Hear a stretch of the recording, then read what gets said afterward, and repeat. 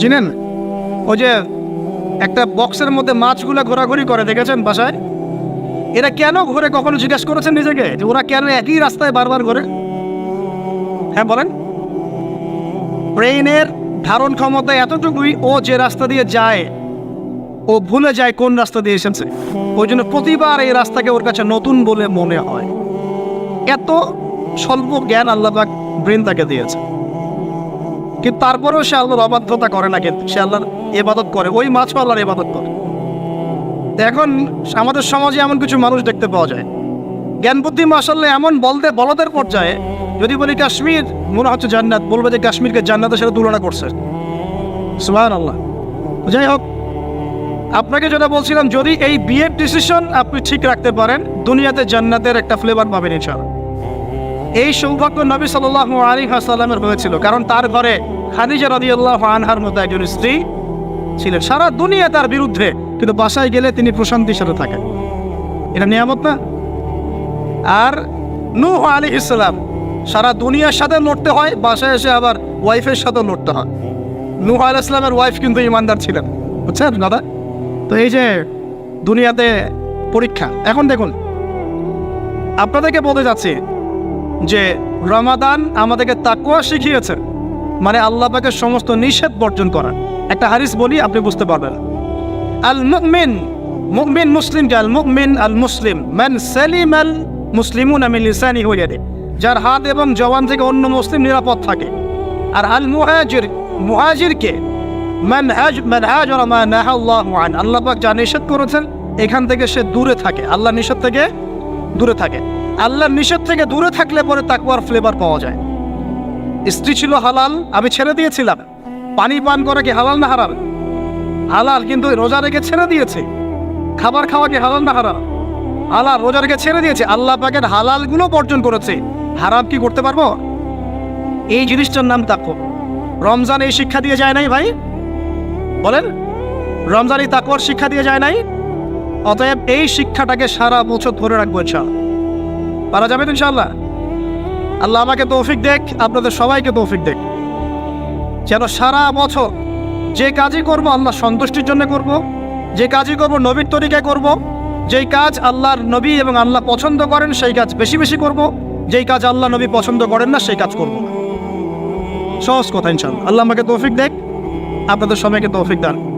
আর এই কাজটা শুধু নামাজে, রোজায়, হজ জাকাতেই না, বরং আপনার ব্যবসা, আপনার সংস্কৃতি, আপনার পরিবার, আপনার রাজনীতি সবখানেই করতে হবে। এই জায়গায় সমস্যা, এই জায়গায় মানুষ মানতে চায় না। এই জায়গায় বাংলাদেশের মুসলমান এখন দুই ভাগে বিভক্ত হয়ে গেছে। একগুলো হয়েছে মুনাফেক মার্কা, একগুলা মুমিন মার্কা। দুইটা মার্কা এখন স্পষ্ট হয়ে গেছে। মুনাফেক মার্কা কারা? নামাজ, রোজা, হজ জাকাত ইসলাম মানতে চায়, এখানে ইসলাম মানতে আমার কোনো আপত্তি নাই, কিন্তু জীবনের অন্যান্য ক্ষেত্রগুলো যেগুলো পড়ে আছে এখানে ইসলামের কথা বলতে আসেন না, খবরদার। সমস্যা এখানে। তো বিশ্বাস করেন, এদের জন্যই কবরের আযাব অপেক্ষা করছে। কবরের আযাব কেন? এমনি এমনি বলি না এই কথাটা। আব্দুল্লাহ বিন উবাই কি চিনেন নাকি? চিনেন? আব্দুল্লাহ বিন উবাই নাম শুনছেন? সূরা তাওবার অনেক বড় একটা অংশ একে কেন্দ্র করে আয়াত নাযিল হয়েছে। আব্দুল্লাহ বিন উবাই কে ছিল বলেন? মুনাফিকের সর্দার, শুধু মুনাফিকের। এখন বলেন তো, আব্দুল্লাহ বিন উবাই নামাজ পড়তো কিনা? নামাজ পড়তো কিনা? আব্দুল্লাহ বিন উবাই নবীর সাথে উহুদের মাঠেও যাচ্ছিলেন, নবীর সাথে তরোয়াল নিয়ে উহুদের মাঠে যাচ্ছিলেন যুদ্ধ করতে। রাস্তা থেকে ব্যাক করেছে যদিও বা, যাচ্ছিল তো নাকি? আচ্ছা, আব্দুল্লাহ বিন উবাই মসজিদে গিয়ে নামাজ পড়তো না বাসায় নামাজ পড়তো? কোন মসজিদে? যেই মসজিদে যাওয়ার জন্য আমরা দোয়া করি আল্লাহ আমাদেরকে নবমীতে যাওয়ার তৌফিক দাও, তাই না? ওইখানে কে নামাজ পড়তো? সে নবীকে দেখেছে কি দেখে নাই? নবীর পিছনে নামাজ পড়েছে কি পড়ে নাই? এখন বলেন, তাহলে আব্দুল্লাহ বিন উবাই কেন জাহান্নামে যান? কেন তার কবরের সামনে নবীকে দাঁড়াতে আল্লাহ নিষেধ করলেন? কেন বললেন তুমি যদি 70 বার ইস্তেগফার করো মাফ করবো না? কেন বললেন? বলেন। সমস্যা একটাই, সে প্রকাশ্যে ইসলামের কিছু বিধানকে স্বীকার করলেও মন থেকে পরিপূর্ণ ইসলাম কোশ্চিনকালও স্বীকার করে নাই। এরকম লোক যদি আমাদের মধ্যে কেউ থেকে থাকেন, আমার ওয়াজ যদি আপনার কানে চলে যায়, আল্লাহর ওয়াস্তে আজকে তওবা করে পরিপূর্ণ ইসলামে ফিরে আসেন, আল্লাহ পাক তৌফিক দান। আমল করতে পারেন আর না পারেন, কমসে কম স্বীকার করেন যে হ্যাঁ ইসলাম একটা পরিপূর্ণ জীবন বিধান। জাস্ট স্বীকার করেন। আমল না করলে আল্লাহ মাফ করে দেবে ইচ্ছা। আল্লাহ যদি চান আমল না করলেও আল্লাহ তাকে মাফ করতে পারেন, যার আকীদা স্পষ্ট আছে যে ইসলাম একটা পরিপূর্ণ জীবন বিধান। আল্লাহ আমাদেরকে বোঝার তৌফিক দান। আর আমি এটা খুব ভালো করেই জানি যে এই বর্তমান বৈশ্বিক প্রেক্ষাপটে পরিপূর্ণ ইসলাম 100% পালন করা সম্ভব না। যত বড়ই বক্তব্য দেই না কেন, আমি যত বড় বড় কথাই বলি না কেন, না আমার পক্ষে সম্ভব না আপনার পক্ষে সম্ভব। চোখের জেনা বাঁচবেন কিভাবে বলেন? মেয়েদের ফিতনা বাঁচবেন কেমন করে বলেন? বলেন। সুদের ফিতনা কেমন করে বাঁচবেন বলেন? বলেন। সমাজে মারামারি, কাটাকাটি, রাহাজানি, ছিনতাই, হত্যা, ফিতনার তো শেষ নাই। আপনি বাঁচবেন কিভাবে 100%? এখানে সূরা তালাকের একটা আয়াত আমি আপনাকে বলতে চাই, এতে আপনি আশা পাবেন ইনশাআল্লাহ। সেটা কি? আল্লাহ পাক বলেছেন ফাত্তাকুল্লাহা মাসতাতা'তুম। হে মুসলিম মুমিনরা, তোমরা সাধ্যমতো আল্লাহকে ভয় করে চলো। পারা যাবে না ইনশাআল্লাহ? এরপরে বাকিটা আল্লাহকে বলবো, আল্লাহ আমি চেষ্টা করেছি, আমার ভাইরা চেষ্টা করেছে, আল্লাহ আমরা দিনের আমল করেছি, জ্ঞান অর্জন করেছি, দাওয়াতি কাজ করার চেষ্টা করেছি, আল্লাহ এতটুকু পেরেছি, বাকিটা তুমি মাফ করে দাও। আল্লাহ মাফ করবেন ইনশাআল্লাহ।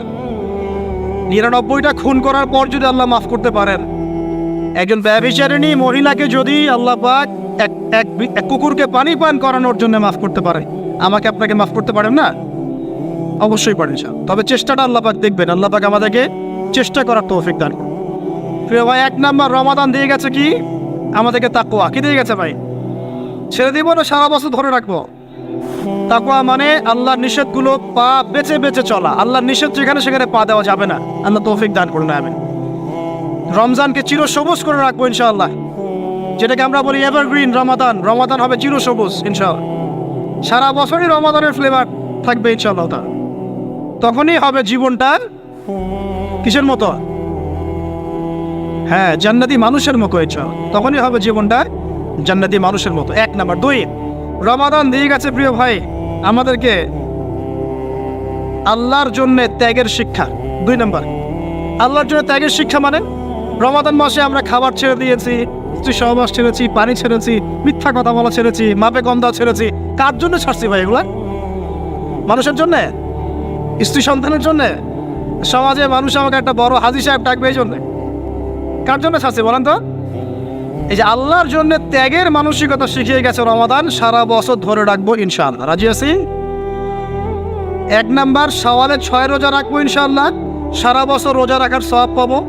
2 নাম্বার, রমাদানের শিক্ষা ছিল তাকওয়া, সারা বছর তাকওয়া ধরে রাখবো ইনশাআল্লাহ।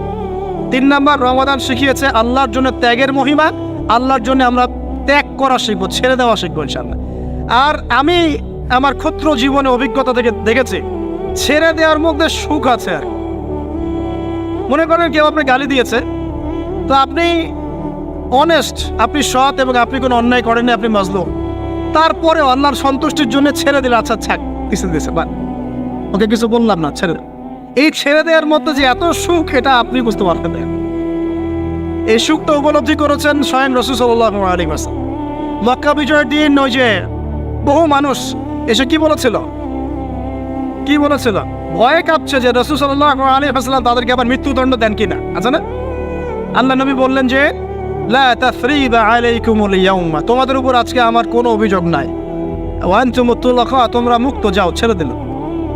এটা শান্তি। ইউসুফ আলাইহিস সালামের ভাইরা কুয়াতে ফেলে দিয়েছিল না? সেখান থেকে মিশরের বাজারে, সেখান থেকে রাজপ্রাসাদে, সেখান থেকে জেলখানায়, জেলখানা থেকে রাষ্ট্র ক্ষমতায়। কি লাইফ ট্র্যাজেডি, লাইফের ট্র্যাজেডি দেখেছেন? এখন ইউসুফ আলাইহিস সালাম যখন শেষে ভাইদেরকে চিনলেন, তিনি কি ভাইদের প্রতি প্রতিশোধ নিয়েছেন? বলেছেন যাও, মাফ করে দিলাম, ছেড়ে। এটাই শান্তি। আল্লাহর জন্য ত্যাগের মহিমার মধ্যে শান্তি আছে। আল্লাহ পাক আমাদেরকে ত্যাগ করার তৌফিক দান। তাই বলে সব জায়গায় আবার ত্যাগ করা যাবে না, এটাও মাথায় রাখতে হবে। বুঝতে পারছেন না কথা? মনে করেন যে আপনার পরিবারে আপনার বোনকে কেউ টিস করেছে, না বুঝতে পারি, ছেড়ে দিব? যা বাবা তুই টিস করেছিস, যা দিলাম, ছেড়ে। দেখো, মনে করেন যে কারো সমাজের মধ্যে কাউকে ধর্ষণ করা হচ্ছে, না বুঝতে পারি না, আর আমরা বলবো যে যাক মানবতা দেখালাম, ছেড়ে দিলাম। ইসলাম তো মানবতা ধর্ম, যাও ছেড়ে দিলাম, বললাম হবে? সব জায়গায় ইসলাম মানবতা শেখায় নাই, কারণ কোনো জায়গায় মানবতা না শেখানোটাই ফরজ। একজন চোরের উপর আপনি কি মানবতা দেখাবেন? একজন ধর্ষকের উপর আপনি কি মানবতা দেখাবেন? যে আরো ধর্ষণ কর বাবা, যা, উৎসাহ দিবেন? একজন খুনি, আপনি কি তাকে মানবতা দেখাবেন না ফাঁসি দিবেন? তো এই যে কিছু মানুষ এখন বলে ইসলাম মানে শান্তি, আর শান্তি মানে শান্তির সুবাতাস, বুঝছেন? ওরা ওই যে ইসলাম থেকে বদর, উহুদ, খন্দক, খায়বার সব কাট করে ফেলছেন। এগুলো ইসলামে নাই।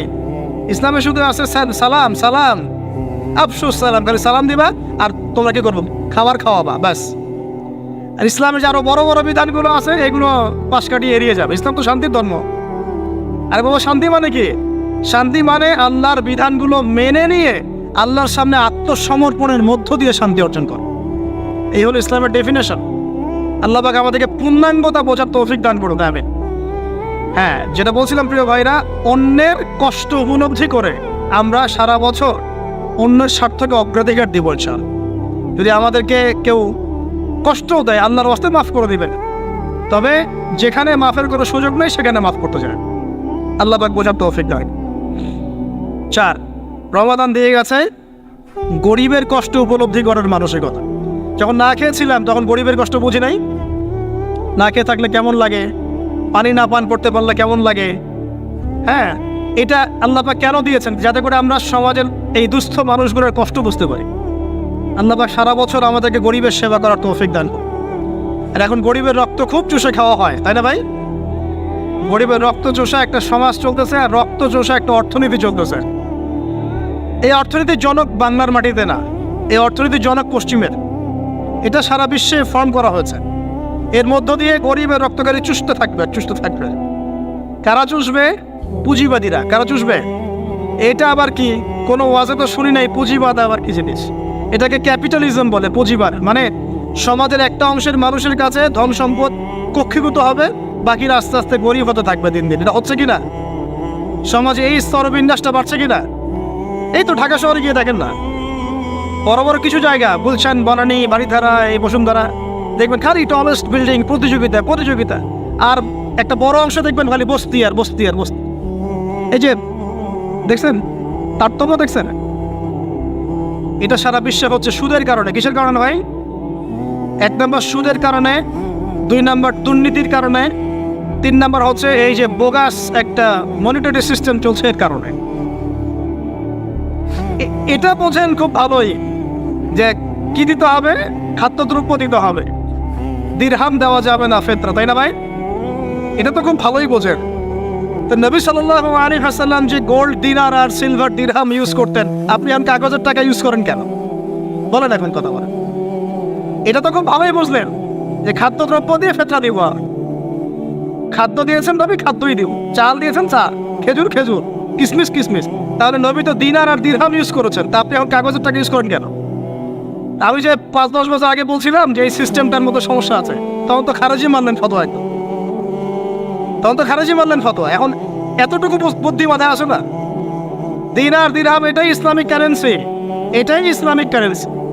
আমরা যেগুলো চালাচ্ছি এগুলো ইসলামিক কারেন্সি নয়, কিন্তু পুরো বৈশ্বিক প্রেক্ষাপটে আমরা মানতে বাধ্য হচ্ছি। ইসলামিক খেলাফতই ইসলামিক পলিটিক্যাল ভিউ, কিন্তু সারা বিশ্বে খেলাফত নাই, আমরা মানতে বাধ্য হচ্ছি। ডেমোক্রেসি, সেকুলারিজম মানতে বাধ্য হচ্ছি। এটা বাধ্য হয়ে আমরা করছি, কিন্তু তাই বলে তো ইসলামিক জিনিস আর অন ইসলামিক জিনিস একাকার হয়ে যায় নাই, হয়ে গেছে। পর্দা, শরিয়া পর্দা পুরো উপর থেকে প্রতিষ্ঠা নাই, অনেকেই বেপর্দায় চলছে। আমরা তো বেপর্দা সমাজে চলতে বাধ্য হচ্ছে, হচ্ছে না? হচ্ছে কি না? এটা বাধ্য হয়ে আমরা করছি, কিন্তু কেউ কি মেনে নিয়েছে এটা? এই ইন্টেলেকচুয়াল ল্যাকিংসের কারণেই তো আজকে এই অবস্থা। প্রিয় ভাইয়েরা, বোঝার চেষ্টা করেন গভীর থেকে।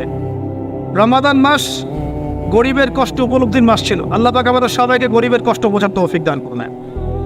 আর আল্লাহর ওয়াস্তে চেষ্টা করবেন গরিব মানুষকে খাওয়ানোর, এতিমের দায়িত্ব নেয়ার। প্রত্যেকটা এলাকায় এলাকায় এতিমখানা গড়ে তোলেন, এতিমদেরকে ফ্রি পড়াশোনার ব্যবস্থা করেন, তাদেরকে কোরআন শেখান, তাদের পিছনে টাকা ইনভেস্ট করেন, তাদের মাথায় হাত বোলান। আল্লাহ রহম করবে ইনশাআল্লাহ। আল্লাহ তৌফিক দান করে দেবেন। এরপরে রমজান শিখিয়ে গেছে আমাদেরকে 5 নাম্বার। বেশি লম্বা করবো না, আমি আপনাদেরকে বিরক্ত করতে যাচ্ছি না, আমি 10টা পয়েন্ট বলছি। 5 নাম্বারটা দেখুন, এটা মনোযোগ দেন, এটা খুব ইম্পর্টেন্ট। রমজান দিয়ে গেছে কোরআন। রমজান কি দিয়ে গেছে ভাই? এটাই তো সবচেয়ে বড় কথা নাকি? রমজানের সবচেয়ে বড় কথা কি? এই মাসে কি হয়েছে? কোরআন নাজিল হয়েছে। তো রমজান মাস চলে গেছে, আমরা কি কোরআনটাকে এখন বন্ধ করে রেখে দিব ভাই? রমাদান মাসে কারা কারা কোরআন খতম করেছেন হাত তোলেন দেখি। সুবহানাল্লাহ, মাত্রই কয়জন? রমাদান মাসে কোরআন খতম করেছেন কারা কারা? অন্তত একবার। আল্লাহু আকবার। আল্লাহ আমাদেরকে মাফ করুন না, আমিন। আল্লাহ আমাদেরকে মাফ করুন না। আমি খুবই হতাশ হলাম। রমাদান মাসে কোরআন অন্তত একটা বার তো খতম করা উচিত ছিল নাকি ভাই? আচ্ছা, রমজানের সম রাখেন কেন জানেন? রমজান মাসে কোরআন নাজিল হয়েছে, এটা রমজানের সম্মান। আল্লাহ পাক বলেন নাই শাহরুর রমাদান আল্লাযী উনজিলা ফীহিল কোরআন? আল্লাহ পাক বলেন নাই রমজান সেই মাস যেই মাসে কোরআন নাজিল হয়েছে? ইন্না আনজালনাহু ফী লাইলাতিল কদর, কদরের রাতে আমি কোরআন নাজিল করেছি। তাহলে রমাদান মাসে কোরআন পেয়েও যারা কোরআন পড়লো না, বুঝলো না, খতম করলো না, আমি তাদের জন্য আফসোস ছাড়া কিচ্ছু করতে পারছি না। আচ্ছা যাই হোক, যা করেছেন করেছেন, তওবা করা যাবে তো ইনশাআল্লাহ? আমার সাথে বলেন আস্তাগফিরুল্লাহ আল্লাযী লা ইলাহা ইল্লা হুয়াল হাইয়ুল কাইয়্যুম ওয়া আতুবু ইলাইহি। আল্লাহ আমাদের সবাইকে কোরআন তেলাওয়াত করার তৌফিক দান করুন, সবাইকে কোরআন তেলাওয়াত শেখার তৌফিক দান করুন। আর ভাই, যোগ্যতা অর্জন করে তো দিনের কাজ করতে হবে, আগে তো কোরআন তেলাওয়াত করা শিখতে হবে নাকি? আল্লাহ পাক সবাইকে কোরআন তেলাওয়াত শেখার তৌফিক দান করুন, কোরআনের তাফসীরগুলো পড়ার তৌফিক দান করুন। আল্লাহ পাক প্রতি মাসে কমপক্ষে একবার করে কোরআন খতম করার তৌফিক দান। আল্লাহর রাসূল রমজান মাসে কোরআন এক খতম করতেন। জিবরাইল আলাইহিস সালাম আসতেন, তিনি পড়তেন, তিনি শুনতেন, তিনি পড়তেন, তিনি শুনতেন। এভাবে তারা প্রতি রমাদানে কোরআন খতম করতেন কি না? তার মানে মাসে কোরআন খতম করা রাসূলের সুন্নাত না? আমরা কি এই সুন্নাতটা জীবিত করতে পারবো না ইনশাআল্লাহ? প্রত্যেক দিনে এক পারা করে পড়লেই হয়ে যায়। এক পারা মানে 20 পৃষ্ঠা। এই হাফেজি কোরআনের 20 পৃষ্ঠা, সময় লাগবে সর্বোচ্চ 1 ঘন্টা থেকে 1.5 ঘন্টা, সর্বোচ্চ 1 ঘন্টা থেকে 1.5 ঘন্টা। যারা হাফেজ তাদের সময় লাগে আধা ঘন্টাও না, আধা ঘন্টা। পারবো না ভাই ইনশাআল্লাহ? আল্লাহ পাক এই রমজান মাসের এই কোরআনকে সারা বছর আঁকড়ে ধরার তৌফিক দান করুন। এই কোরআন নাজিল হওয়ার পরেই আইয়ামে জাহিলিয়াত পরিবর্তন হয়েছিল। আবু জাহেলের শাসন পরিবর্তিত হয়ে মুহাম্মাদের শাসন হয়েছে। অতএব কোরআন থেকে বিমুখ জাতি কখনো দিন কায়েম করতে পারবে না। আল্লাহ পাক বোঝার তৌফিক দান করুন, আমিন। আমাদের যুবক ভাইরা একটু ওয়াদা করতে পারি তো ইনশাআল্লাহ সবাই কোরআন তেলাওয়াত করা শিখবো, প্রত্যেক মাসে এক খতম দেবো ইনশাআল্লাহ, কোরআনের অর্থ পড়বো ইনশাআল্লাহ। না অর্থ পড়ার দরকার নাই, খালি প্রত্যেক হরফে 10 লাখই কামাই করবো, অর্থ পড়ার কোনো দরকার নাই ভাই? আচ্ছা যাক, কিছু মানুষ আবার রাগ করে অর্থ পড়তে বললে, কারণ স্বার্থ আছে। যদি আপনারা কোরআনের অর্থ পড়া শুরু করেন এবং হাদিসের চর্চা করা শুরু করেন, দিনই পড়াশোনা করা শুরু করেন, তখন তো অনেক ধর্ম ব্যবসা বন্ধ হয়ে যাবে আর কি। কথা বুঝতে পারছেন না মনে হয়? আপনারা যদি শিক্ষিত হওয়া শুরু করেন, কোরআনের A to Z অর্থ পড়া শেষ করেন, হাদিসগুলো পড়া শুরু করেন, ওলামায়ে কেরামের সাথে পরামর্শ করে বইপত্র পড়া শুরু করেন, হ্যাঁ, বিভিন্ন ইসলামিক কোর্সগুলো করতে থাকেন, আস্তে আস্তে আপনার যোগ্যতা বাড়বে। তখন তো আপনি কি করবেন না, ধর্মের নামে বিভ্রান্ত হতে চাইবেন না। অনেকের তখন ধর্ম ব্যবসাটা কি হবে, বন্ধ হয়ে যাবে। অতএব এই কারণে অনেকে চায় না যে মানুষ কোরআনের অর্থ বুঝুক। আমি আমার মন থেকে আপনাদেরকে রিকোয়েস্ট করছি, সবাই কোরআনের অর্থটা পড়ার চেষ্টা করেন। পারা যাবেন ইনশাআল্লাহ ভাই? আল্লাহ আমাকে তৌফিক দেখ, আপনাদের সবাইকে তৌফিক দান। আর কমপক্ষে দিনে এক পারা করে কোরআন তেলাওয়াত করবেন। আল্লাহ মা বোনদেরকে তৌফিক দেখ, আপনাদের সবাইকে তৌফিক দান। এটা হলো 5 নাম্বার। 6 লাইলাতুল কদর মনে আছে? কোন দশকে ছিল? আচ্ছা, কি মনে হয় আপনাদের এবার কদর কততম রাতে ছিল? কি মনে হয় বলেন তো, কে কি বলেন?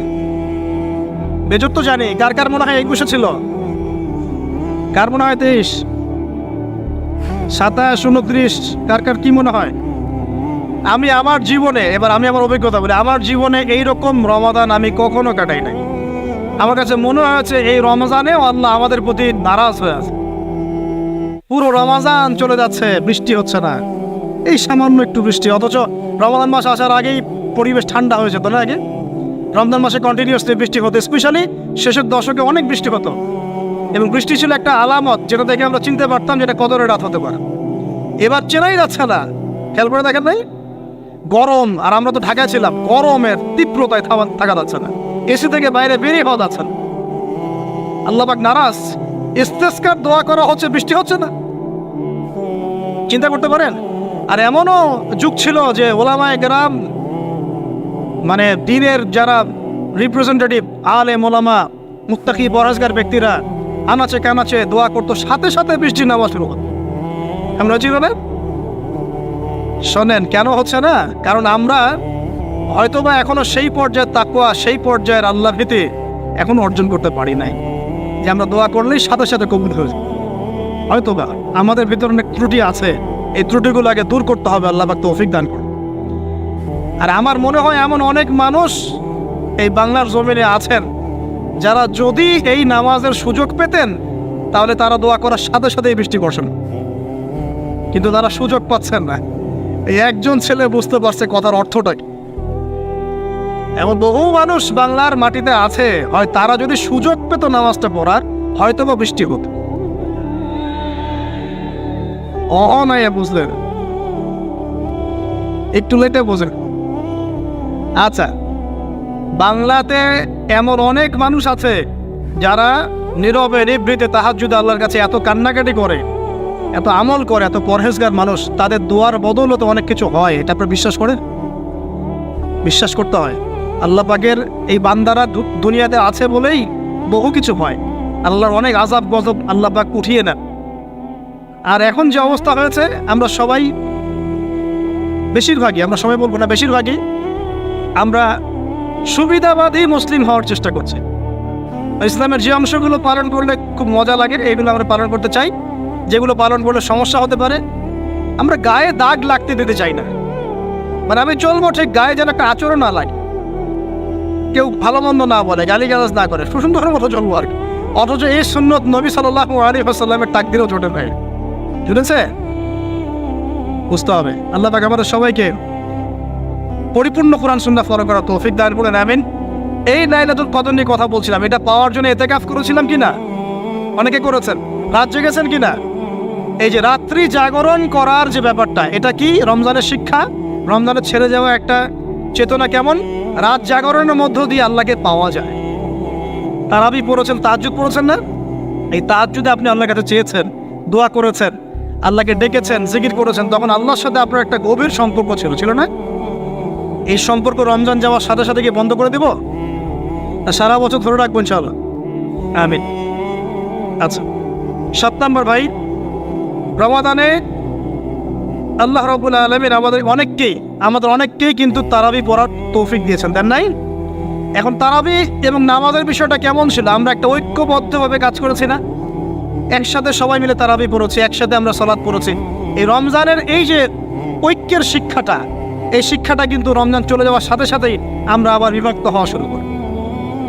আমরা এই তারাবি, সালাত, জামাতের সালাত, সাদাকাতুল ফিতর, ঈদের জামাত, এগুলোর মধ্যে একটা শিক্ষা নিব, সেটা হলো ঐক্যের চেতনা। কিসের চেতনা ভাই? আমরা সমাজের মধ্যে একটা ঐক্য নিয়ে আসার চেষ্টা করবো। আল্লাহ পাক তৌফিক এনায়েত করুন, বলি আমিন। 8 নম্বর, রমজান মাসে আমরা যাকাত দিয়েছি অনেকে, সাদাকাও করেছেন অনেকে। দান সাদাকা বেশি বেশি করেছেন, যাকাত দিয়েছেন, সাদাকাতুল ফিতর দিয়েছেন, মাশাআল্লাহ। এই কাজগুলো কেন করেছেন? যাতে সাদাকার মধ্য দিয়ে আমাদের গুনাহগুলো মাফ হয়ে যায়। আল্লাহ পাক আমাদেরকে এই সাদাকার ওসিলায় কালকে আমাদের মাফ করেন, আরশের ছায়া দেন এবং জান্নাত দান করেন। এই দান সাদাকার সিলসিলাটা, বেশি বেশি দান সাদাকার সিলসিলাটা সারা বছর চালু রাখতে হবে। আল্লাহ পাক তৌফিক এনায়েত করেন। আর এই দান করার সময় খেয়াল রাখবেন দানের টাকা কোথায় যাচ্ছে, খেয়াল রাখবেন আপনার দানের টাকা যাচ্ছে কোথায়, খেয়াল রাখতে হবে। এগুলো সমস্যা চলছে না সমাজে? দান কোথায় করবেন খেয়াল রাখবেন, কোন জায়গায় দান করলে আপনার দানটা সঠিকভাবে ইউটিলাইজ করা হবে এবং ইসলামের পথে এটা কাজে লাগানো হবে, এটা খেয়াল রাখবেন। আপনার দানটা সঠিকভাবে ব্যয় হচ্ছে কিনা। এই জন্য আমি পরামর্শ দিই, আগে আপনি আপনার আত্মীয়দের হক আদায় করেন, গরিব আত্মীয় স্বজনকে বেশি বেশি দান করার চেষ্টা করেন, তাদেরকে যাকাত দেওয়ার চেষ্টা করেন। এরপর ফি সাবিলিল্লাহ, দিনের কাজগুলো যেগুলো হয়, দিনের মসজিদ, দিনের মাদ্রাসা, দিনী মেহনত, দিনী অ্যাসোসিয়েশন, দিনী কোনো প্রজেক্ট, এইগুলোতে আপনি বেশি বেশি দান খয়রাত করার চেষ্টা করেন। আল্লাহ পাক তৌফিক দান করেন, আমিন। 8 নম্বর, 9, তারাবি, তাহাজ্জুদ, নামাজ, এগুলো আমাদেরকে ঐক্যের চেতনা শিখিয়েছে।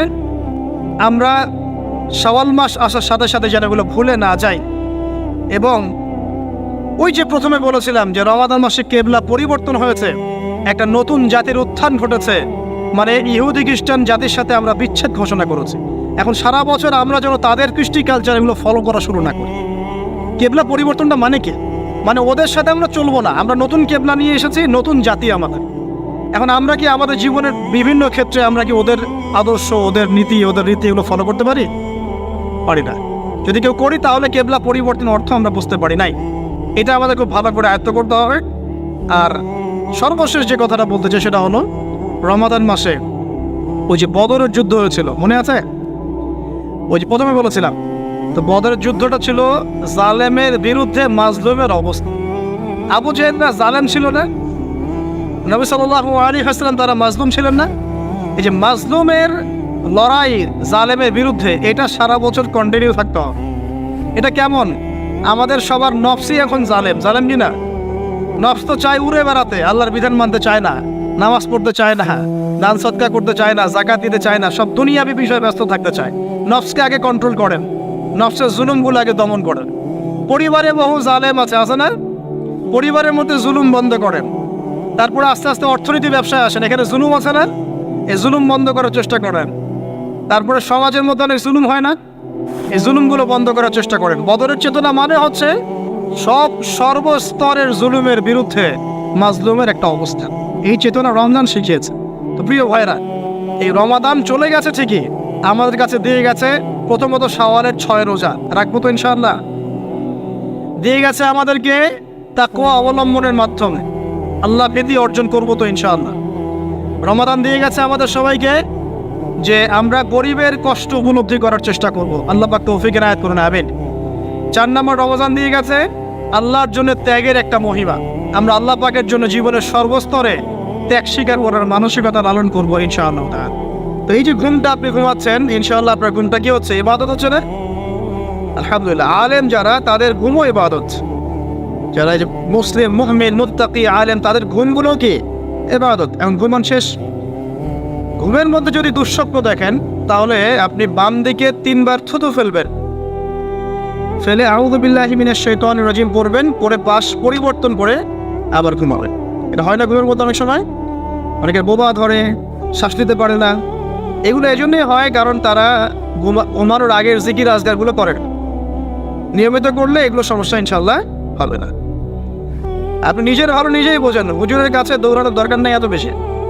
নিজের বাচ্চাকে এত দৌড়ানো, এই কবিরাজ ওই কবিরাজ, ওইখানে তাবিজ, এত তো দরকার নাই তো। নিজের আমল নিজে করেন, দেখবেন আপনি আল্লাহ পাকের পক্ষ থেকে নিরাপত্তার মধ্যে আসবেন ইনশাআল্লাহ। আল্লাহ তৌফিক দান করুন, আমিন। এরপরে ঘুম থেকে উঠলেন, চেষ্টা করবো আমরা ঘুম থেকে ওঠার কয়টার সময়? 5টায় যদি ফজরের নামাজ হয় বা 4:30টায় যদি ফজরের নামাজ হয়, মিনিমাম 4টায় উঠতে হবে। কয়টায়? 4টায়। এই জন্য যদি অ্যালার্ম দেন করিতে, অ্যালার্ম দিবেন প্রত্যেক 1.5 ঘন্টা পর পর।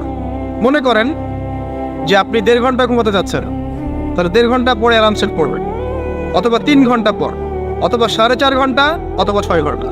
মানে 1.5 ঘন্টার গণিতক দিয়ে আপনি অ্যালার্ম সেট করবেন, দেখবেন উঠতে পারবেন খুবই ইজিলি। এতে 1.5 ঘন্টায় আপনার ঘুমের সার্কেলটা পূর্ণ হয়। একটা ঘুমের সার্কেল পূর্ণ হতে আমাদের মাথায় তো রেস্টের দরকার আছে, এটা পূর্ণ হতে 1.5 ঘন্টার মতো সময় লেগে যায়।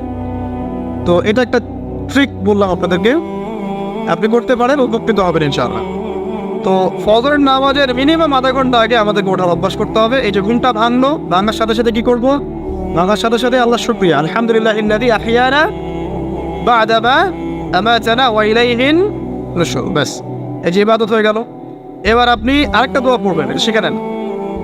আপনি পড়বেন লা ইলাহা ইল্লাল্লাহ ওয়াহদাহু লা শারীকা লাহু লাহুল মুলকু ওয়া লাহুল হামদ ওয়া হুয়া আলা কুল্লি শাইইন কাদির সুবহানাল্লাহ আলহামদুলিল্লাহ ওয়া লা ইলাহা ইল্লাল্লাহ আল্লাহু আকবার লা হাওলা ওয়া লা কুওয়াতা ইল্লা বিল্লাহ আল্লাহুম্মা ইগফিরলি। এটা পড়ার পরে হাত তুলে দোয়া করেন, যা দোয়া করবেন তাই পাবেন ইনশাআল্লাহ।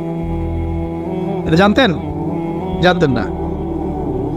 তো এই দোয়াটা হচ্ছে দোয়া কবুলের অস্ত্র। ঘুম থেকে ওঠার পর যদি এই দোয়াটা করে দোয়া করেন, ইনশাআল্লাহ দোয়া কবুল হয়ে যাবে ইনশাআল্লাহ। আমাদের জীবনে চাওয়া পাওয়ার কি অভাব আছে?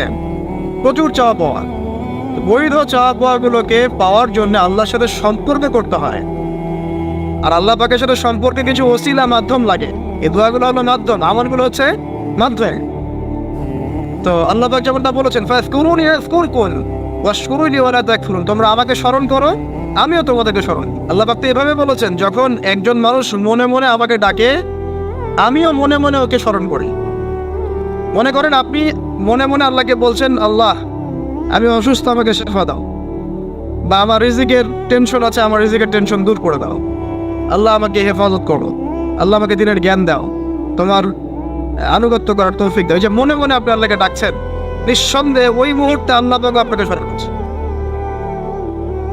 সাত আসমান ভেদ করে আরশের উপর থেকে আল্লাহ পাক আপনাকে স্মরণ করছেন। আল্লাহ পাক বলছে, যখন একজন মানুষ জনসমক্ষে আল্লাহকে স্মরণ করে, যেমন আমরা এখন করছি, জনসমক্ষে সবার সামনে আল্লাহর কথা আলোচনা করছি, আল্লাহ পাক বলছেন আমিও তখন এর চেয়ে অনেক উত্তম জনসমাবেশে ওই বান্দাদের কথা স্মরণ করি। এই মুহূর্তে আল্লাহ পাক আমাদের কথা স্মরণ করছেন।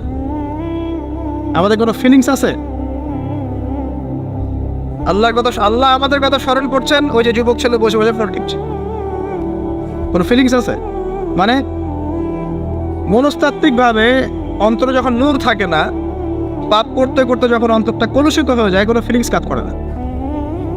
খুন করবে, কোনো ফিলিংস নাই। সুদ খাচ্ছে, কোনো ফিলিংস নাই। জেনা করছে ডেইলি, কোনো ফিলিংস নাই। দেখবেন ঘুষ নিচ্ছে, দুর্নীতি করছে, মানুষের সম্পদ আত্মসাৎ করছে, যারা পরিমাণ ফিলিংসও নাই যে আমি একটা পাপ করছি। কখন এরকম হয় জানেন? যখন এক কথায় যখন মানুষ পাপ করতে করতে করতে করতে, এই যে কলব বলে একটা কথা আছে, এই কলবের উপরে কালো কুৎসিত একটা মরিচা পড়ে যায়, তখন আর ফিলিংস কাজ করে না। তো ফিলিংস কাজ করানোর বুদ্ধি কি? দুইটা বুদ্ধি আছে। এক, বেশি বেশি কোরআন তেলাওয়াত করা, তাহলে অন্তরের মরিচা দূর হয়ে যাবে ইনশাআল্লাহ। আর দুই হচ্ছে বেশি বেশি মৃত্যুর কথা স্মরণ করা, তাহলে মনের মধ্যে যে কালিমাগুলো আছে আস্তে আস্তে দূর হবে ইনশাআল্লাহ। মৃত্যুর কথা কে স্মরণ করে? এখন মানুষ চলাফেরা করে এমন ভাবে যে কোনোদিন মরবেই না। কে স্মরণ করে? যে টেবিলের তল দিয়ে ঘুষ নিচ্ছে ও স্মরণ করে মৌতের কথা। যে মেয়েটা বোরখা পরে যে ডেটিং করে বেড়াচ্ছে, জেনা করে বেড়াচ্ছে, ও কি মৃত্যুর কথা স্মরণ করে? যে ছেলেটা এখনকার যুব সমাজের বেশিরভাগই মাদকের সাথে সম্পৃক্ত, গার্লফ্রেন্ড বয়ফ্রেন্ড অ্যাফেয়ার্সে আছে, হ্যাঁ, টিকটক প্রজন্ম, আড্ডাবাজি করে সময় কাটায়, গুন্ডামি করে, মাস্তানি করে, এর মৌতের কোনো ফিকির আছে? একজনকে বড় দায়িত্ব দেওয়া হয়েছে, সবার সম্পদ লুটপাট করে খাচ্ছে, এর মৌতের ফিকির আছে নাকি? এর মধ্যে ফেরাউনি চেতনা এসেছে, আনা রব্বুকুম বলে আলা, আমি মহান রব, আমি তোমাদের মহান রব।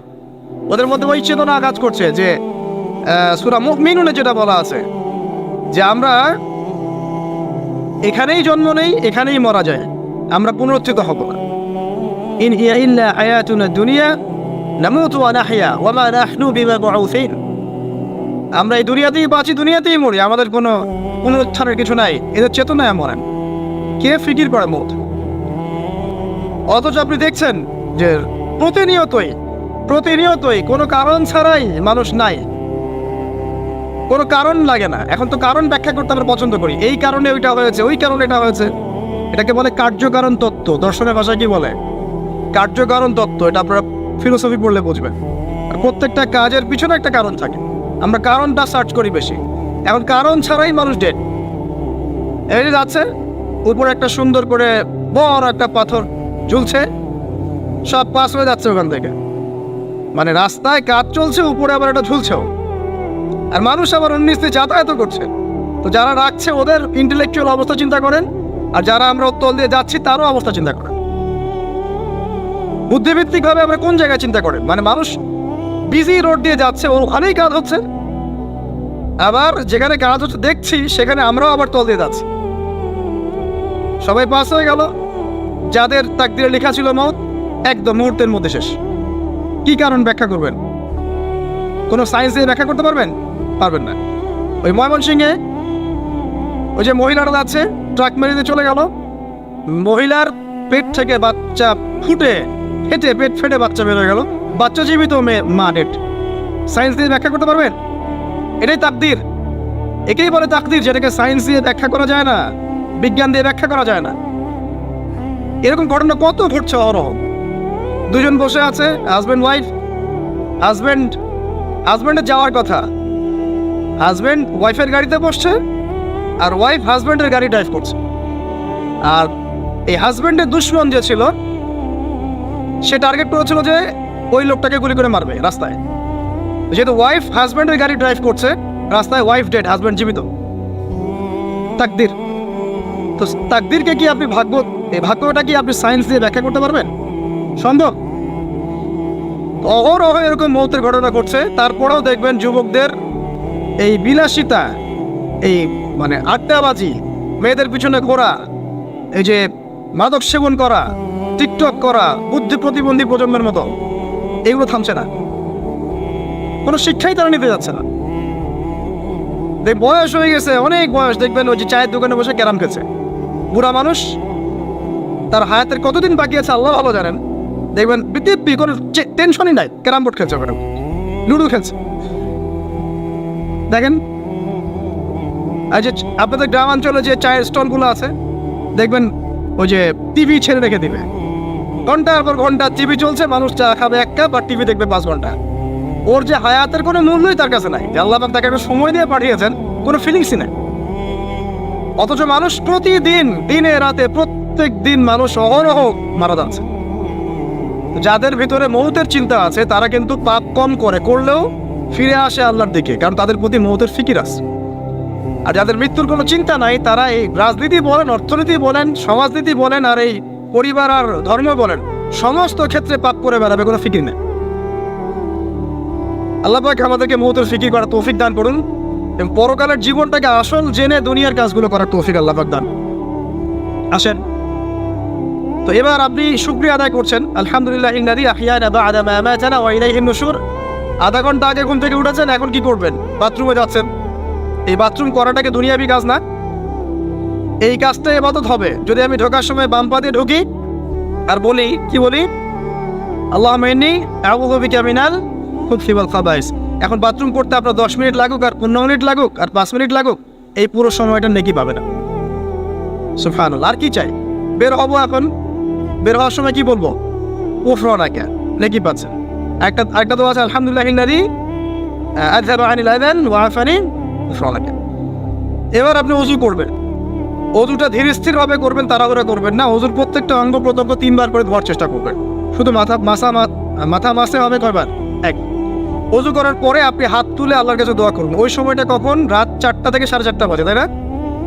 তার মানে আল্লাহ রাব্বুল আলামিন এখন প্রথম আসমানে আছেন। কিভাবে আল্লাহ পাক আছেন সেটা আল্লাহর উপর ছেড়ে দেন, আমাদের এটা নিয়ে ব্যাখ্যা করার দরকার নাই, চিন্তাও করার দরকার নেই। আল্লাহ পাক বলেছেন আমি নেমে আসি, বাস নেমে আসি। এত বেশি বুদ্ধিজীবী হওয়ার দরকার নাই। খুব বেশি বুদ্ধিজীবী হয়ে গেলে আমার মানুষ খেয়ে হারিয়ে ফেলে, অত দরকার নাই। শুনেছি, মেরেছি, ব্যাস যথেষ্ট। আল্লাহ পাক নেমে আসেন, কি বলেন? আল্লাহ বলেন যে কেউ কি আছো আমার কাছে কিছু চাইবে, আমি দিব। কেউ কি আছো যে আমাকে ডাকবে, আমি তোমার ডাকে সাড়া দেবো? কেউ কি আছো আমার কাছে কোনো কিছু দোয়া করবে? হ্যাঁ, হাজত আছে, আমি পূরণ করে দেব। এভাবে আল্লাহ পাক ফজর পর্যন্ত বলতেই থাকেন। বলেন তো, আমাদের কোনো ফিকির আছে? আমরা সবাই ঘুমাই কয়টা? 1টায়, না 2টায়, না 3টায় ম্যাক্সিমাম এখনকার।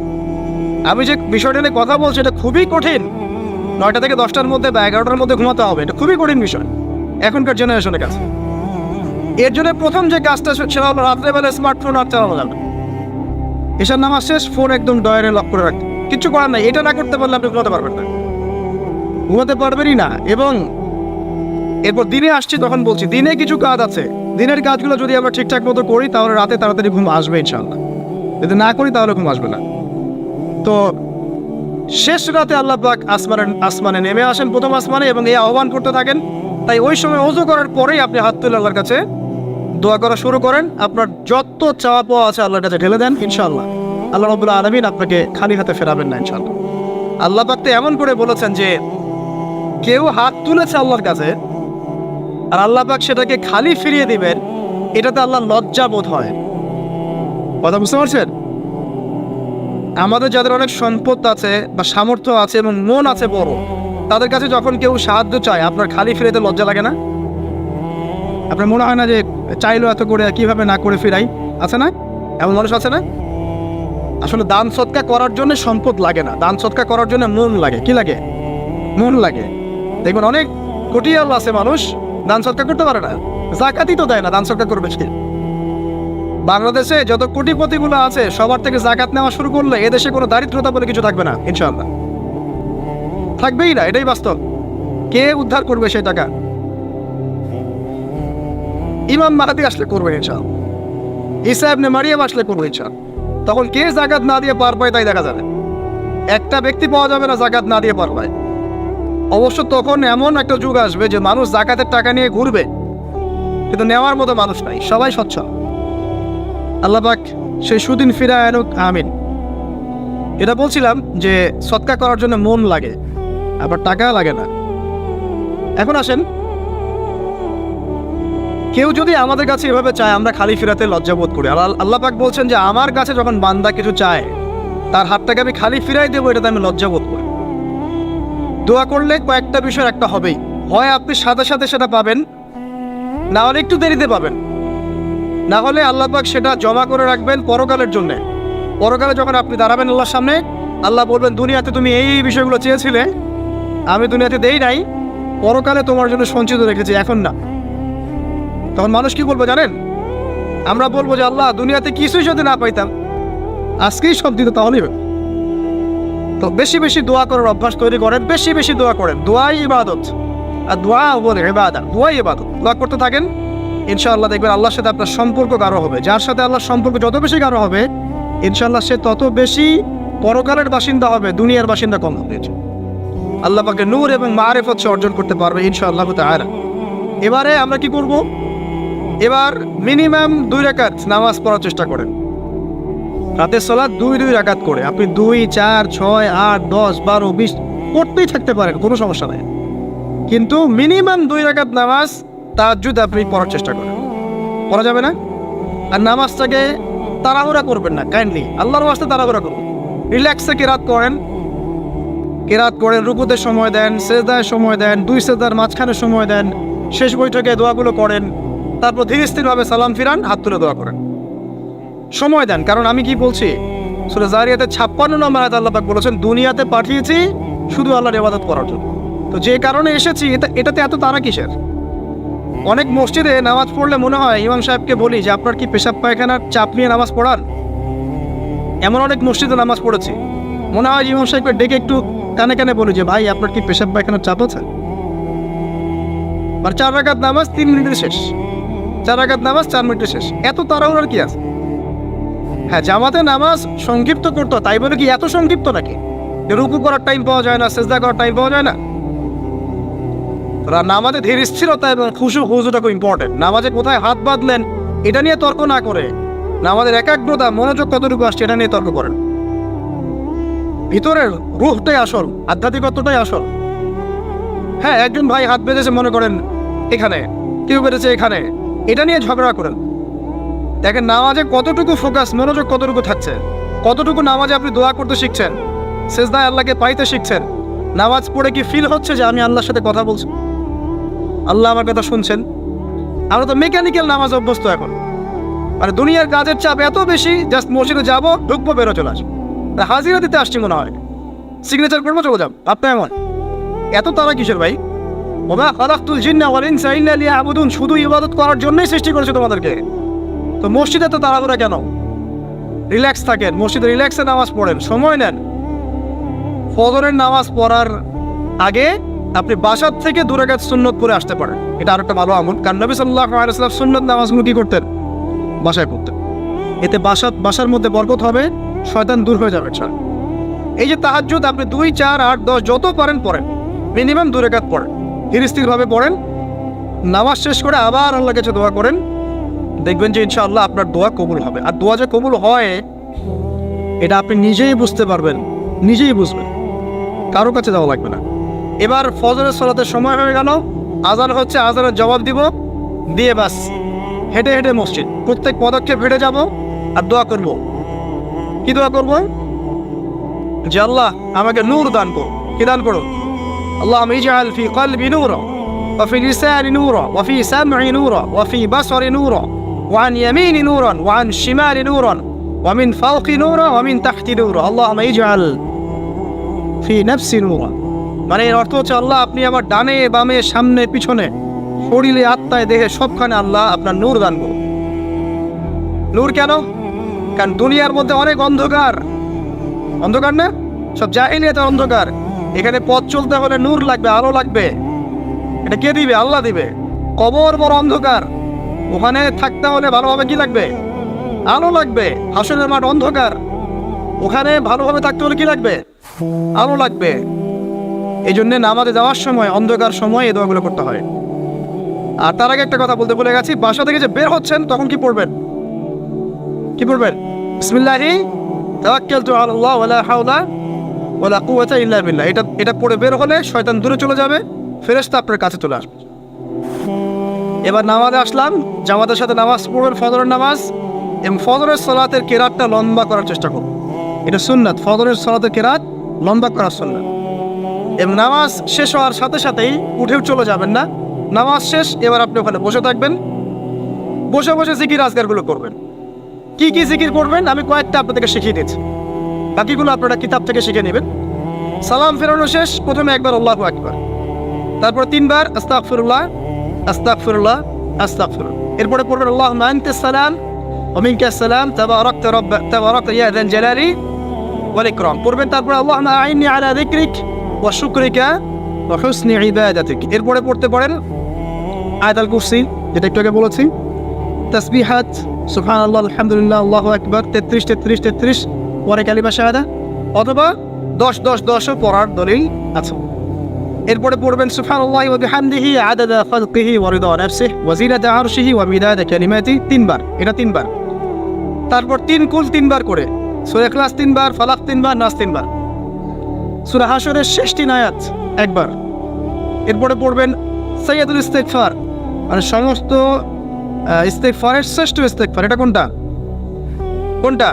আল্লাহুম্মা আনতা রাব্বি লা ইলাহা ইল্লা আনতা খালাকতানি আনা আবদুক ওয়া আনা আলা আহদিক ওয়া ওয়াদিক মাস্তাতা'তু আউযু বিকা মিন শাররি মা সানা'ত আবুউ লাকা বিনি'মাতিকা আলাইয়া ওয়া আবুউ বিযামবি ফাগফিরলি ফাইন্নাহু লা ইয়াগফিরু যুনুবা ইল্লা আনতা। এটা যে পড়বে সকালে পড়ে যদি রাতের মধ্যে মারা যায় জান্নাত ইনশাআল্লাহ, আবার সন্ধ্যায় পড়ে যদি সকালের আগে মারা যায় জান্নাত ইনশাআল্লাহ। এত বড় অস্ত্র, এত বড় একটা সুযোগ।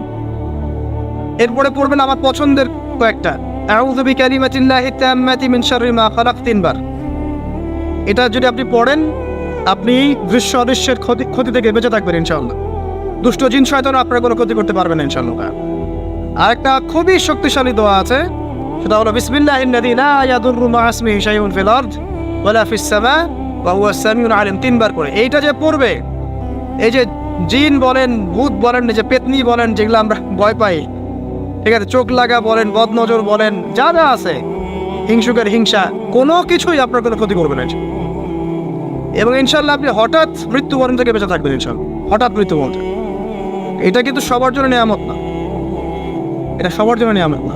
তারপরে আসেন, এরপর পড়বেন 10 বার লা ইলাহা ইল্লাল্লাহ ওয়াহদাহু লা শারীকা লাহু লাহুল মুলক ওয়া লাহুল হামদ ওয়া হুয়া আলা কুল্লি শাইইন কাদির। এটা 10 বার পড়লেও হবে। আর যদি 100 বার পড়তে পারেন তাহলে আপনার চেয়ে বেশি নেকি কেউই অর্জন করতে পারবে না। যদি 100 বার এই দোয়াটা কেউ পড়ে সারা দিনে, লা ইলাহা ইল্লাল্লাহ ওয়াহদাহু লা শারীকা লাহু লাহুল মুলক ওয়া লাহুল হামদ ওয়া হুয়া আলা কুল্লি শাইইন কাদির, ওই দিন শয়তান তার কাছে আসবে না। 100 গুনাহ আমলনামা থেকে কেটে দেওয়া হবে, 100 নেকি লিখে দেওয়া হবে, এবং আল্লাহর কাছে দিন শেষে একটা তালিকা পেশ করা হয়, আজকের দিনে কে কি আমল করেছে, এই তালিকায় তার নাম দেখবেন সবার আগে আছে। ওই ব্যক্তির নামও থাকতে পারে যে 100 বারের চেয়ে বেশি পড়েছে, তখন তার নাম আগে চলে যাবে, এর নামটা পরে চলে আসবে। কথা বুঝতে পারছেন? মিনিমাম 100 বার পড়তে পারলে খুব ভালো হয়। যদি না পড়েন কমপক্ষে কয়বার? 10 বার। আসেন, এরপরে পড়বেন 10 বার দরুদ শরীফ, আল্লাহুম্মা সাল্লি আলা মুহাম্মাদ ওয়া আলা আলি মুহাম্মাদ, যেটা আছে দরুদ ইব্রাহিম, এটা পড়তে পারেন, অথবা ছোট করে পড়তে পারেন আল্লাহুম্মা সাল্লি ওয়া সাল্লিম আলা নবিয়িনা মুহাম্মদ, এটা পড়লেও হবে, অথবা আল্লাহুম্মা সাল্লি আলা মুহাম্মাদ ওয়া সাল্লিম, এতটুকু পড়লেও ইনশাআল্লাহ আকাদায় হয়ে যাবে। 10 বার যে ব্যক্তি দরুদ পড়ে সকালে সন্ধ্যায়, নবী সাল্লাল্লাহু আলাইহি ওয়াসাল্লাম তার জন্য পরকালে সুপারিশ করবেন ইনশাআল্লাহ।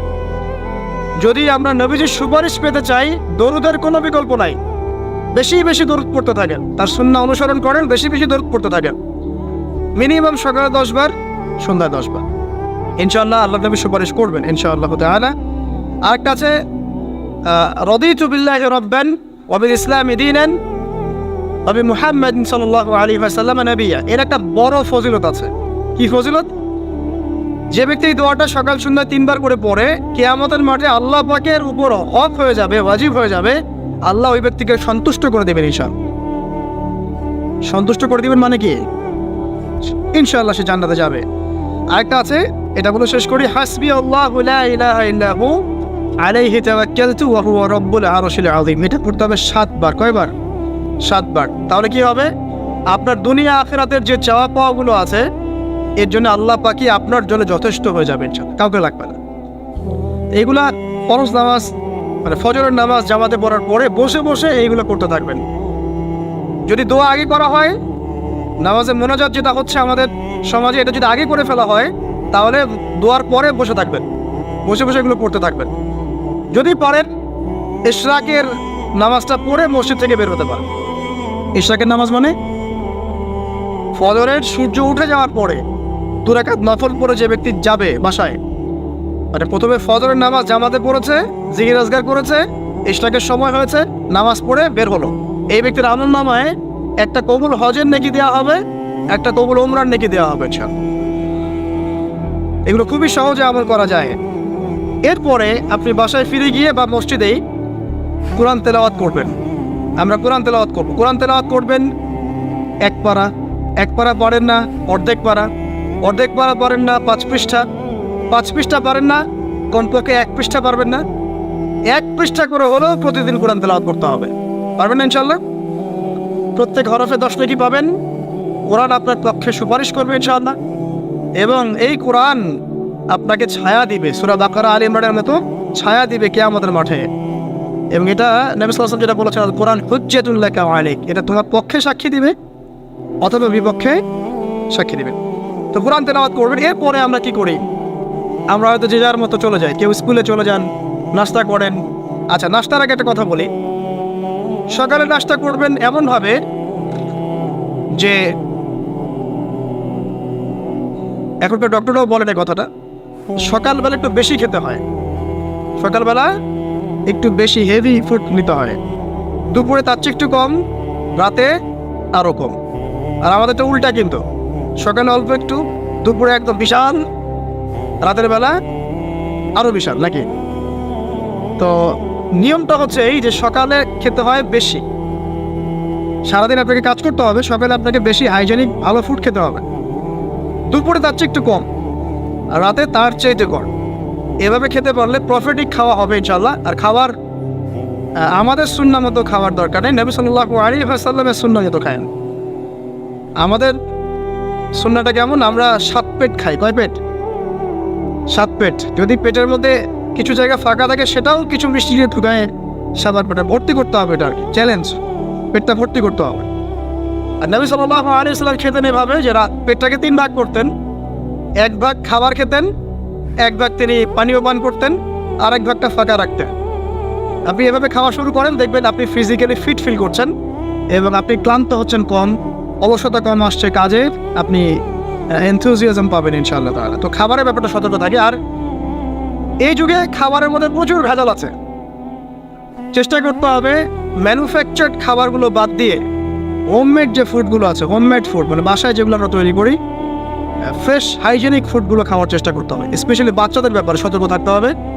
বাচ্চা থেকে তরুণদেরকে এমন কোনো খাবার খাওয়া যাবে না যে খাবারটা খেলে আপনি অসুস্থ হয়ে যান, আপনার স্ট্যামিনা কমে যায়, আপনি ফিজিক্যালি দুর্বল হয়ে পড়েন। এটা খুব খেয়াল রাখবেন। খাবার এই যে আপনারা যে গ্রাম অঞ্চলে থাকেন, আপনারা সৌভাগ্যবান একদিক থেকে যে আপনারা ফ্রেশ খাবার উৎপন্ন করে খেতে পারেন। শেষ জামানায় খাবারের মধ্যে খুব ভেজাল আসবে, এটা বিভিন্ন হাদিস দিয়ে মেলানো যায়, আমি ওদিকে যাচ্ছি না। কিন্তু কনক্লুশন বললাম, শেষ জামানায় খাবারে প্রচুর ভেজাল আসবে। ওই ভেজালগুলো থেকে দূরে থাকতে হলে আমাদেরকে হাইজেনিক ফুডের দিকে ফোকাস করতে হবে এবং প্রোডাক্ট খাবার উৎপন্ন করে খেতে পারলে খুব বেশি ভালো হয়, না পারলে রুট লেভেল থেকে খাবার নিয়ে আসতে হবে। আর অ্যাটলিস্ট ম্যানুফ্যাকচার যে খাবারগুলো বাজারে ঘোরাফেরা করে এগুলো অ্যাভয়েড করতে হবে। আল্লাহ পাক বোঝার তৌফিক দান করুন। আমি আর লম্বা করছি না, শেষ করে দিচ্ছি ইনশাআল্লাহ। লেখাপড়া এবং ওয়ার্কের বিষয়গুলো বলছিলাম যে আমরা যারা লেখাপড়া করব, প্রফিটিক লাইফস্টাইল করতে হলে এবং প্রোডাক্টিভ মুসলিম হতে হলে লেখাপড়াটা করতে হবে আল্লাহ সন্তুষ্টির জন্যে। চাকরি বাকরি ব্যবসা বাণিজ্য যাই করে, কৃষিকাজ, সব কিছুর উদ্দেশ্য হবে কি? আল্লাহ সন্তুষ্টি অর্জন করে এবং ওই ক্ষেত্রে সৎ থাকা, কাউকে না ঠকানো, মাপে কম না দেওয়া, দুর্নীতি না করা, ঘুষ না নেওয়া। তাহলে আপনার জীবনের প্রত্যেকটা কাজই কি হবে? ইবাদত হিসেবে গণ্য হবে ইনশাআল্লাহ তাআলা। শেষ করার আগে আমরা জোহরের ওয়াক্তে চলে আসছি। আপনি আপনার জব সেকশনে কাজ করছেন, নামাজের ওয়াক্ত হলো, নামাজ পড়ে নেবেন। আচ্ছা, নামাজের আগে আপনি 4 রাকাত সুন্নত পড়বেন, শেষে 2 রাকাত। চেষ্টা করবেন দিনে 12 রাকাত সুন্নত পড়ার জন্য। ফজরের আগে 2, জোহরের আগে 4, পরে 2, 6 আর 2 8, মাগরিবের পরে 2, এশার পরে 2। এই যে মোট 12 রাকাত সুন্নাত যে ব্যক্তি নিয়মিত পড়বে, জান্নাতে আল্লাহ পাক তার জন্য একটা ঘর নির্মাণ করবেন ইনশাআল্লাহ তাআলা। প্রতিদিন একটা ঘর, প্রতিদিন একটা করে ঘর আপনি পেতে পারেন মাত্র 12 রাকাত নফল বা সুন্নাত আদায় করার মধ্য দিয়ে। জোহরের ওয়াক্ত চলে আসলো, আমরা যেখানে থাকি, স্কুলে বা কলেজ, ইউনিভার্সিটিতে বা চাকরির ক্ষেত্রে, নামাজটা পড়ে নেব ইনশাআল্লাহ। এরপর আবার কাজে যান, কাজ করেন, লাঞ্চ করেন, খাওয়া দাওয়া করেন। আবার খাওয়ার সুন্নাত বলে যান না, 7 পেট না, 1 পেট খাওয়ার, 1 পেট পানি, 1 পেট ফাঁকা, এবং হাইজেনিক ফুড, ম্যানুফ্যাকচার্ড না। তারপরে যান, রেস্ট করেন, গাইলুল আছে তাকে বলে, 1 থেকে 1.5 ঘন্টা রেস্ট করেন, ঘুমান। তারপরে আপনি বিকেল সময়টা আবার আসরের নামাজ পড়েন, আপনার কর্মক্ষেত্রে কাজগুলো সারেন। সন্ধ্যায় আপনি আবার বাসায় ফিরে আসবেন। এই সন্ধ্যায় বাসায় ফিরে আসবেন, ফিরে আসার পরে মাগরিবের সালাত পড়লেন জামাতে। পড়ার পরে বিকেল টাইমটা, মাগরিবের আগে বিকেল টাইমটা আপনি ঘুরতে যান, পরিবারকে সময় দেন, বাচ্চাদেরকে সময় দেন, একটু দিনী ভাইদের সাথে বসেন। ওই সময় যদি কোনো হালাকা অ্যারেঞ্জ করা যায়, মসজিদ ভিত্তিক তালিমে বসেন, 2টা হাদিস পড়েন, কোরআন একটু দার্স নেন, বা অনলাইনে কোনো লেকচার শুনেন বা বই পড়েন, কিছু একটা করেন। আর পরিবারকে সময় দেন। পরিবারকে সময় দেওয়ার পর মাগরিবের ওয়াক্ত হয়ে যাওয়ার পরে, মাগরিবের নামাজ শেষ, ফজরের পর আপনি যে আমলগুলো করেছেন মাগরিবের পর, সেই আমলগুলো আবার করতে হবে, সেম কাজ। এভাবে করতে করতে দেখবেন 1 ঘন্টা চলে গেল। বাসায় গিয়ে আপনি পরিবারকে সময় দেন, আপনার অফিসের কাজ, হোমওয়ার্ক, স্কুলের কাজ, ইউনিভার্সিটির কাজ, এগুলো শেষ করেন। শেষ করার পরে আপনি রাতের খাবার খেয়ে নেন, খেয়ে নিয়ে আবার চলে আসেন মসজিদে, এশার নামাজ পড়েন, পড়ে বাসায় গিয়ে জাস্ট ঘুমেন, আর দেখা দেখি নাই। তখন আপনি আবার দেখবেন ফজর ওই 4টা 3টে উঠতে পারবেন, তাহাজ্জুদ পড়তে পারবেন, ফজর পড়তে পারবেন, আবার আপনার দিনটা লম্বা হবে ইনশাআল্লাহ। এভাবে 1 দিন 2 দিন না, সপ্তাহে 7 দিন, মাসে 30 দিন, বছরে 365 দিন যখন এই প্রজন্ম কাটাতে পারবে, আমরা কাটাতে পারবো, তখন আমাদের মুখে মানাবে দিন ইসলাম প্রতিষ্ঠার কথা। তার আগে আমাদের মুখে এসব কথা মানায় না। এখন আমাদের মুখে এসব কথা এখন মানাচ্ছে না, কারণ আমরা তো আমলই করছি না, আমাদের ঈমান আকীদা ঠিক নাই, আমাদের প্রফেটিক লাইফস্টাইলই তো নাই, নবী সাল্লাল্লাহু আলাইহি ওয়াসাল্লামের মতো লাইফস্টাইলই তো নাই আমাদের। তাহলে আমাদের দ্বারা কেমন করে দিনের পতাকা আল্লাহর জমিনে প্রতিষ্ঠিত হবে বলেন তো দেখি।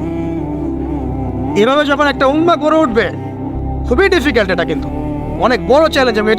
এটাই সবচেয়ে বিগ টাস্ক, যে এই আমরা যারা আছি, আমাদের ইয়াং তরুণ প্রজন্ম, আমাদের মা বোন, বাচ্চা কাচ্চা এবং আমাদের বৃদ্ধ, সবাই মিলে যখন এইভাবে মুভ করবে, তখন দেখবেন একটা জাতি সকাল থেকেই সজাগ, সকাল থেকেই জাতি সজাগ। যেমন একটা চমৎকার একটা আইন করা হয়েছে না, রাত 8টায় সব বন্ধ, খুবই ভালো কথা। কেউ অ্যাপ্রিসিয়েট করুক না করুক, আমি শুরুতেই বলেছি আলহামদুলিল্লাহ, খুব ভালো। অ্যাটলিস্ট এখন 10টায় ঘুমাতে পারবো, তারপরেও দেখবেন 3টার আগে ঘুমাচ্ছে না। কিন্তু আপনি মদিনায় গিয়ে দেখবেন ফজরের পর থেকেই সব কিছু লাইভ, স্কুল, কলেজ, দোকানপাট, অফিস সব ওপেন। কারণ আমাদের উম্মত, এই উম্মতের জন্য ফজরের পরের সময়টাতেই বরকত রাখা হয়েছে। যে সময়টা আমরা পাই না, আমাদের সকাল হয় 11টায়, আমাদের সকাল হয় 10টায়, কর্মক্ষেত্র শুরু হয় 10টায়। এই জন্য সকাল ওই যে 5টা থেকে 10টায় এই বরকতটা আমরা পাই না। এভাবে যদি আমরা নিয়মিত 24 ঘন্টা কাটাতে পারি, ওই যে আয়াতটা বলেছি, ওয়ামা খালাকতুল জিন্না ওয়াল ইনসা ইল্লা লিয়াবুদুন, আমি জিন এবং মানুষকে শুধুমাত্র আমার ইবাদত করার জন্যই সৃষ্টি করেছি। এই আয়াতটার হক আদায় হবে ইনশাআল্লাহ, ব্যক্তি জীবন সুন্দর হবে ইনশাআল্লাহ, আমাদের পরিবারগুলো সুন্দর হবে ইনশাআল্লাহ, আমাদের যুব সমাজ একটা গতি পাবে, হ্যাঁ, এবং তারা প্র্যাকটিক্যাল বাস্তব বিষয়গুলোকে নিয়ে ব্যস্ত থাকবে, অবাস্তব অনেক জিনিসগুলো পিছনে ছুটবে না। আমাদের সমাজটা সুন্দর হবে ইনশাআল্লাহ।